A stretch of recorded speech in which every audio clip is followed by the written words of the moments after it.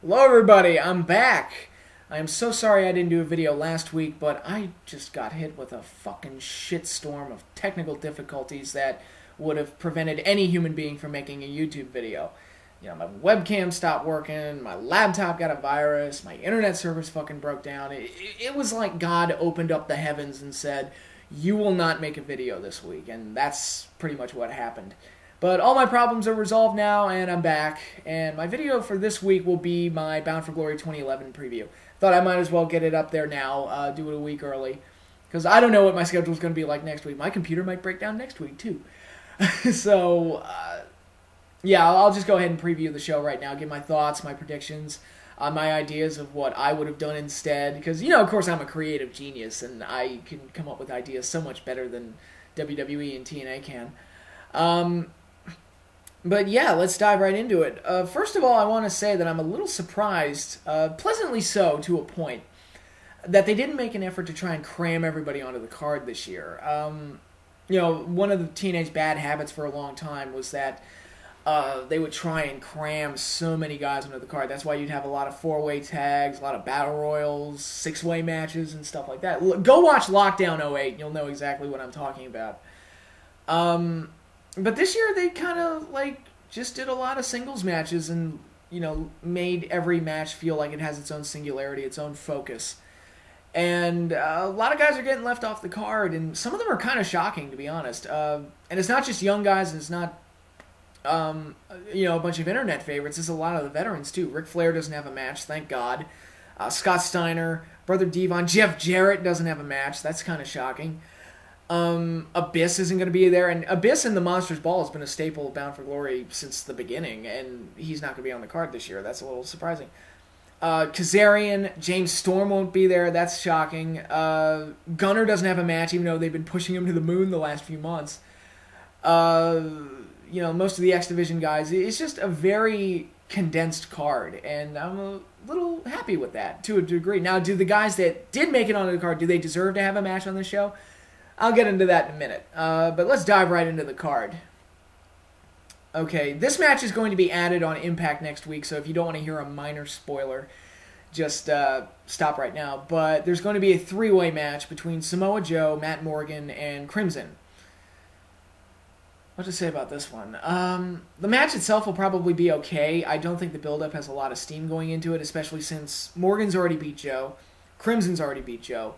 So the baby faces have already gotten their revenge. So what are they fighting for exactly? The story feels like it's already been ended to me. So this one doesn't have a whole lot of steam in it, I don't think. Like I said, it'll probably be an okay big man three-way match. You know, whatever. It'll probably be filler.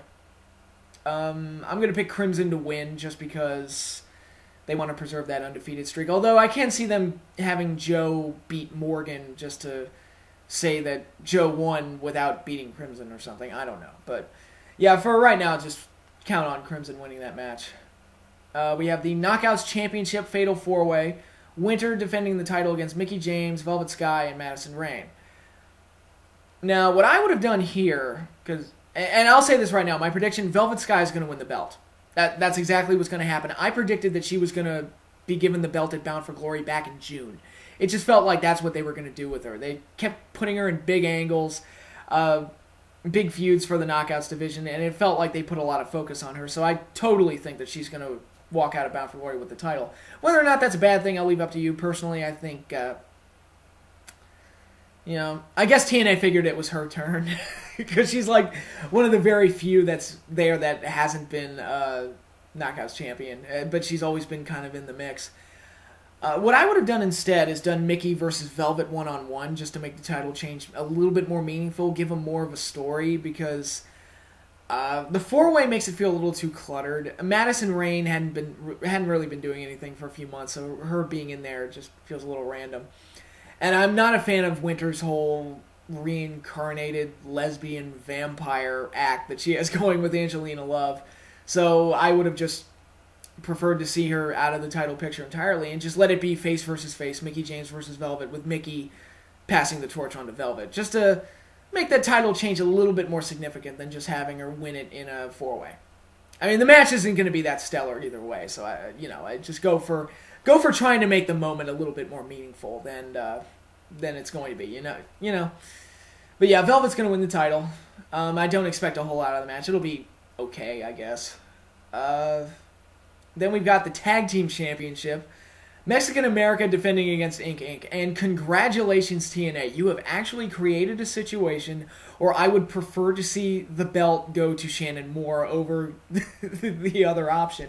And I'm not a huge fan of Shannon Moore, but I was like, goddamn, I'll take Inc. over Mexican America any day of the week. I hate that act. I can't stand them. They're poor man's LAX. Hernandez has regressed. I remember watching LAX and thinking that he was the talent of the group because I never cared for Homicide that much. I'm sorry. Homicide's another internet favorite that I just never bought into. And when they went in singles, I thought Hernandez was going to do really well. He's gotten worse, man, and he's hurting people left and right. Jesus, it seems like every time Mexican America works with somebody, somebody gets hurt. Jesse Neal got hurt, and that's why Inc. was gone for 3 months. But yeah, it's kind of sad that this is where the tag team division has ended up. With a bunch of injuries, thanks in large part to Mexican America, untimely releases, and now we got beer money going off into singles. There really isn't a whole lot for the tag division at the moment, and that's pretty sad. Because the tag division was always something TNA could boast as being really strong and usually a major highlight. I'll be honest, I started watching TNA in 04, and the tag division, specifically America's Most Wanted and Triple X, and the Naturals were pretty good too. They're what drew me into TNA initially. It wasn't the X division. I really got behind their tag division. And they just don't have that right now, and it's kind of a shame. But I would just put the belts on Inc. and just end Mexican America. Yeah, you're losing another tag team, but that's a tag team you can afford to lose because they're nothing. I just don't think they're any good. Now, what I would have done instead of doing Inc. as the challengers, because that match doesn't have a whole lot of spark to it, I would have had Gun Money reunite. Because Shelley and Storm teamed up back at Slammiversary, and I thought that team was interesting, and, they're both without their partners now, so I thought it would be interesting. You know what, why not run with them as tag team champions? And then when Sabin comes back, we'll, figure out what to do from there. But, yeah, I just think that would have been more fun to give that spot to Gun Money. I would have liked that. But shouldn't they be beer guns, since Storm is the beer part of Beer Money? But, whatever. But yeah, Inc.'s going to win the titles. I hope they win the titles anyway, because I can't stand Mexican America. Then we got the X Division Championship. Austin Aries defending against Brian Kendrick. This one's kind of boring. I'm not saying the match will be bad. I'm just saying you did the match last month with a title change. I don't think Austin Aries is going to lose the title here. So, again, I'm picking Austin Aries to win here. So this option doesn't have a whole lot of spice to it. And I'm thinking, look, it's your biggest pay-per-view of the year. You don't have to do a fucking Ultimate X match like they love to do initially, just cram 6 guys into an Ultimate X, usually. What I would have liked, though, is like, well, he already beat Kendrick, so why not have Aries go up against Kazarian? Or have him go up against, I don't know, Alex Shelley would have been a great choice. Because most of the new X Division guys don't impress me all that much. Zema Ion's okay, but I think out of the current crop of X Division stars, I think Alex Shelley is the best one of the bunch. And I would have preferred him getting the title shot over Brian Kendrick again. Or not, if they really wanted to spice up the X Division title feud for Bound for Glory, why not throw Aries in with AJ Styles or Christopher Daniels? I don't know. And I'll get to those two in a minute, but yeah, this X Division title match just doesn't really hold a whole lot of intrigue for me. It just feels like it's just a rematch, and we're doing it on pay-per-view because we did one. Because it's just the pattern. We did one last month, so we have to do the rematch the next month, and that's all the thought they put into it. So Aries wins the title there, or retains the title. Then we have a Falls Count Anywhere match: Mr. Anderson versus Bully Ray. Now, the build-up here was kind of fucked up because they did that whole stupid bit where Anderson joined Immortal and turned heel for no reason, even though he'd been rejecting Immortal for months.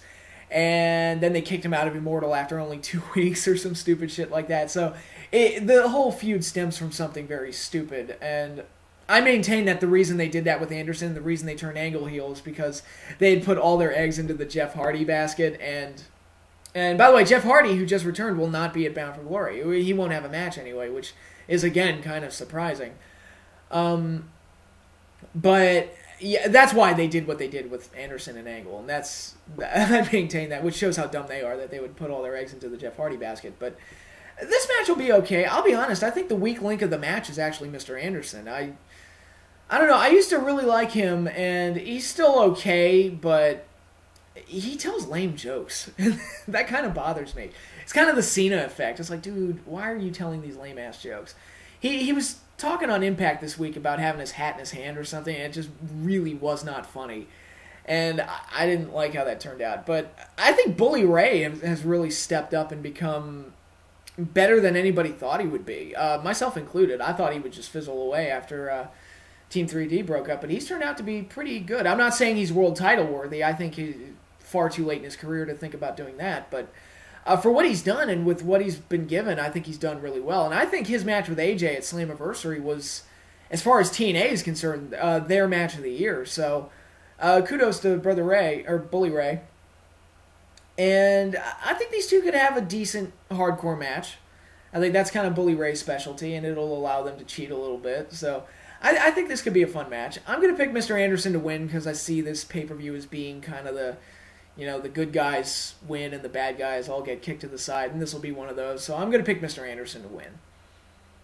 Then we have, oh dear God, we got this one. An I Quit match. The phenomenal AJ Styles versus the Fallen Angel Christopher Daniels. Really? Really? We're doing this again? Really?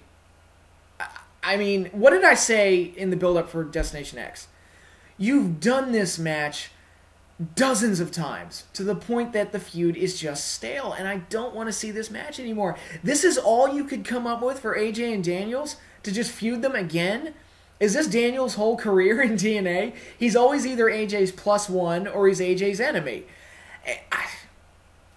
I don't fucking care anymore. And, you know, if we want to talk about how they map this feud out, it's almost identical to the feud that these two had back in 2009. Daniels was let go from TNA. He came back in time for Lockdown to be in the Lethal Lockdown match to help AJ. Then they were buddies for a while.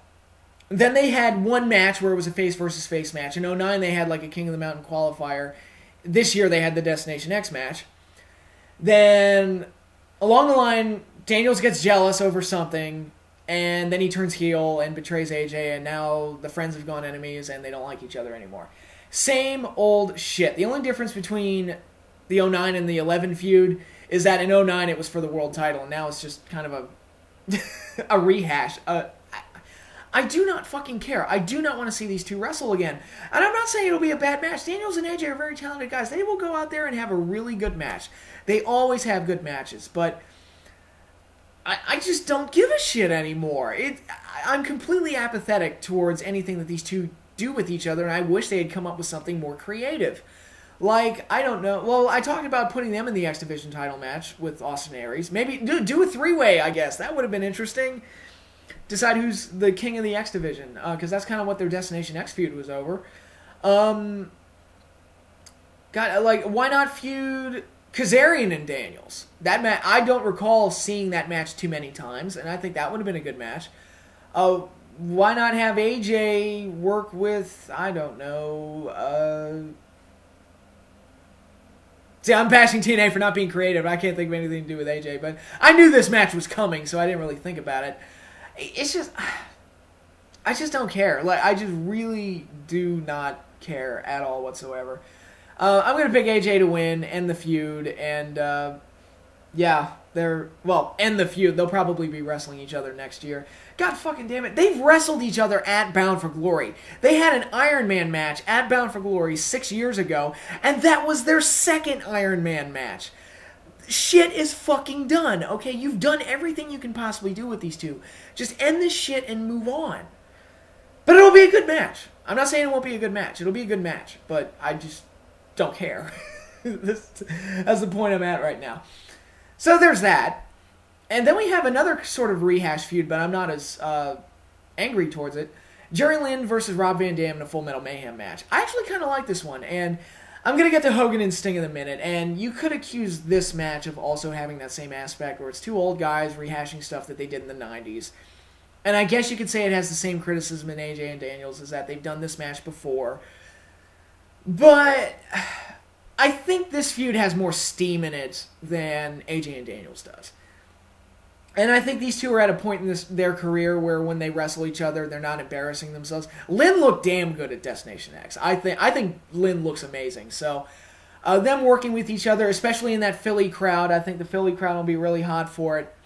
For nostalgic purposes. And I think it could be a really good match. I expect it to be more in line to their work in ECW, where the Destination X match was a little bit more, pure, I guess. This one is going to be more extreme. And I like some of the things that they did in the build-up. It hasn't been, like, the most focused on angle heading into the show, but I like some of the stuff they did with Lynn, costing Rob Van Dam the Bound for Glory series, basically. And basically hyping the fact that Lynn has never beat Rob Van Dam.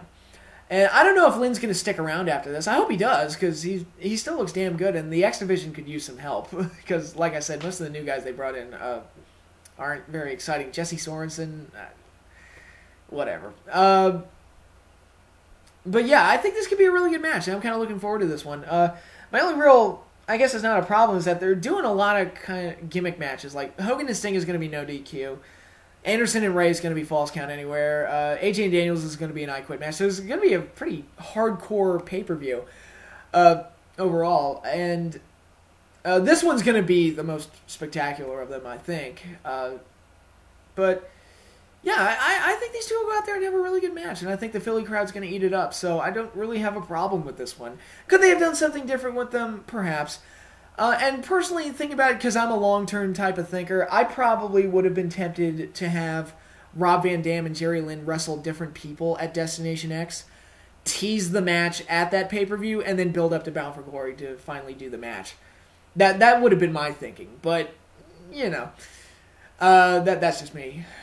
But, yeah, I think this match could be pretty good, so I don't have a problem with that one.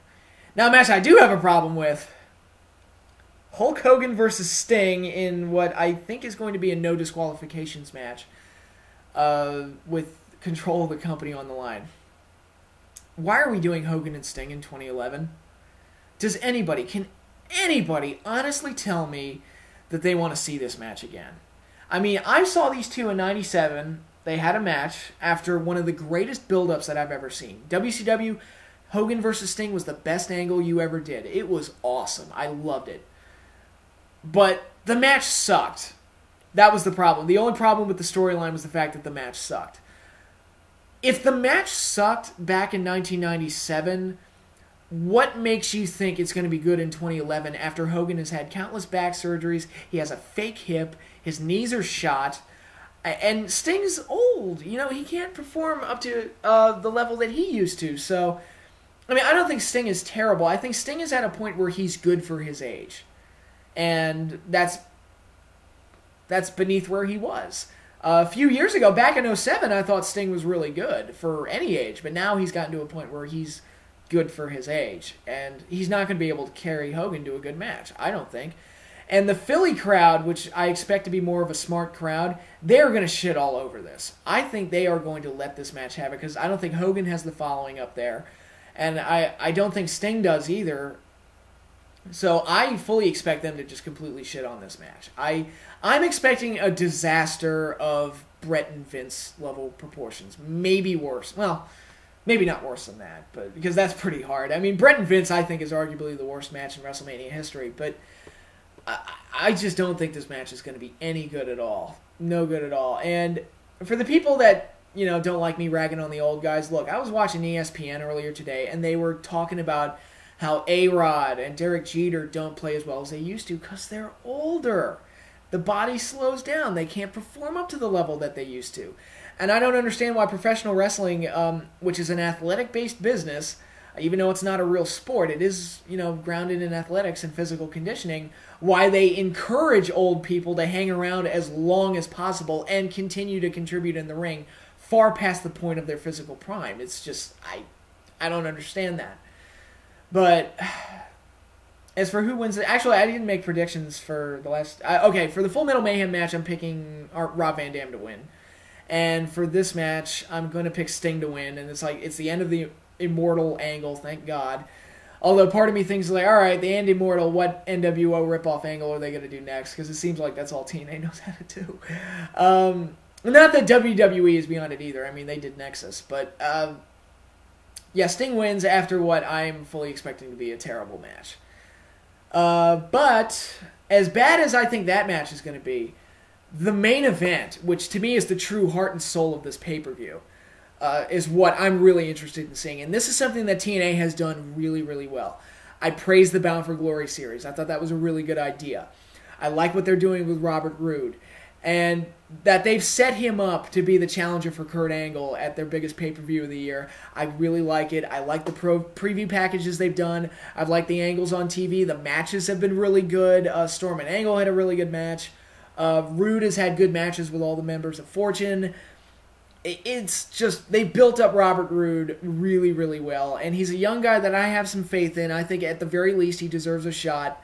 Let's see how he does in a main event at their biggest pay-per-view of the year. And I'm happy to see them showing that kind of faith in a young guy that I actually believe in. I mean, this isn't a Gunner or a Crimson that's getting the spot. It's somebody that I've actually kind of supported since day one. I liked him back in his Team Canada days. I'm like, let this guy grow and develop. I think they might have something here.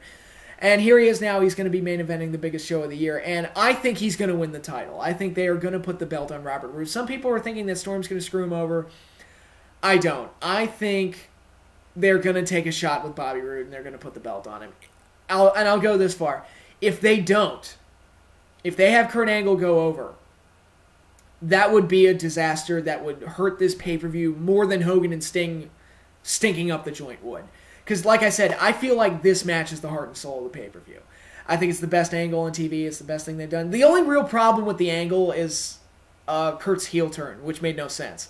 That's really the only problem with it, and that's because of Jeff Hardy. Like, and you know what? If you map out Roode, going back to my mapping out WrestleMania video and the Bound for Glory companion video that I did with that, I talked about them doing like an AJ and Jeff Hardy main event. It was like, well, if you think about it, they did the Fortune turn in February, I think. Then Roode injured Flair at Lockdown. Then he cut that promo on the Legends. Then he won the Bound for Glory series. So it feels like they've kind of been prepping Roode for most of the year, at least maybe not as consistently or as well as they could have, but they've been keeping him featured. I don't know if that was by design or not. I'm just guessing.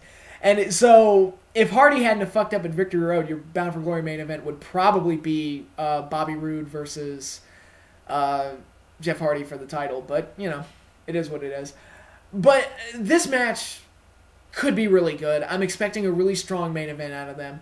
And I think Bobby winning the title will be a really cool way to end the pay-per-view. I think that's the ending they should go with. And if they don't do it, then this pay-per-view's fucked. And they will have, for the people that bought the pay-per-view, it'll be a major disappointment, I think. And for the people that really want to see Roode win the title and really get behind a new guy as world champion, it'll be a major disappointment for them. And it'll take all that build-up for Roode and kind of flush it down the drain. So I think they should put the belt on Roode, and I think they will put the belt on Roode. And I think it's going to be a great ending to the show. If nothing else on this show is any good, or if AJ and Daniels has the same goddamn match they've had over and over again, if Sting and Hogan stink up the place, if Rob Van Dam and Jerry Lynn stink up the place, or, and everything else on the card is just unremarkable, doesn't matter. If this main event is good, then that the heart and soul of their pay-per-view will have been a success. I'm not saying, a one-match show is a good thing. I'm just saying this is the most interesting thing they've set up. It's going to be in the main event. I think it's going to be really good. And Roode has to win the title for this to work. That's the only way this is going to work. And I really do think they're going to give him the win here. So we'll see if that happens. And that was my preview for Bound for Glory 2011. Hope you all liked it. I don't know if I'm going to order the pay-per-view. It's going to be a game day decision. I have a week to make up my mind, so we shall see.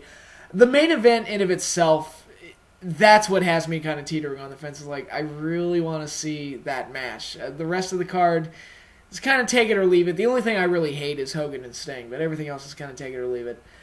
But the main event really has me interested, so kudos to TNA for at least getting me excited about one match. And to be honest, Bound for Glory tends to be a pretty good show. I don't want to say that that TNA's gotten it to a point where it's WrestleMania level, because it's not, but they have done a good job of making it feel like that's their season finale. That's the big show that they build to every year. And they've done a decent job hyping this. I mean, if you want to take the Bound for Glory series into account, they've been hyping this show since June, so good for them. But yeah, Bound for Glory tends to be pretty good. The only one I can think of that was really a misfire was last year's, and I knew that one was going to be a misfire a month and a half before it happened. Just, they threw away all their main event angles just to do that stupid tournament that nobody cared about. But, I really liked the shows in 05. 06 was very good. 07, I think, is probably the best pay-per-view that TNA's ever done. 08, I really liked. 09, with its flaws, is still ended up being one of the better pay-per-views of 09, WWE included. So they tend to bring they tend to put their best foot forward for Bound for Glory, and hopefully they do that this year. And hopefully Roode and Angle gets the ending that it should get, because I think that's kind of the success of the pay-per-view kind of hinges on that, I think. So if you are going to order it, good for you. Have fun. If you're not going to order it, go watch Sunday Night Football, because that'll be fun too, most likely. I don't even know who's playing next week, but you can't go wrong with football, right?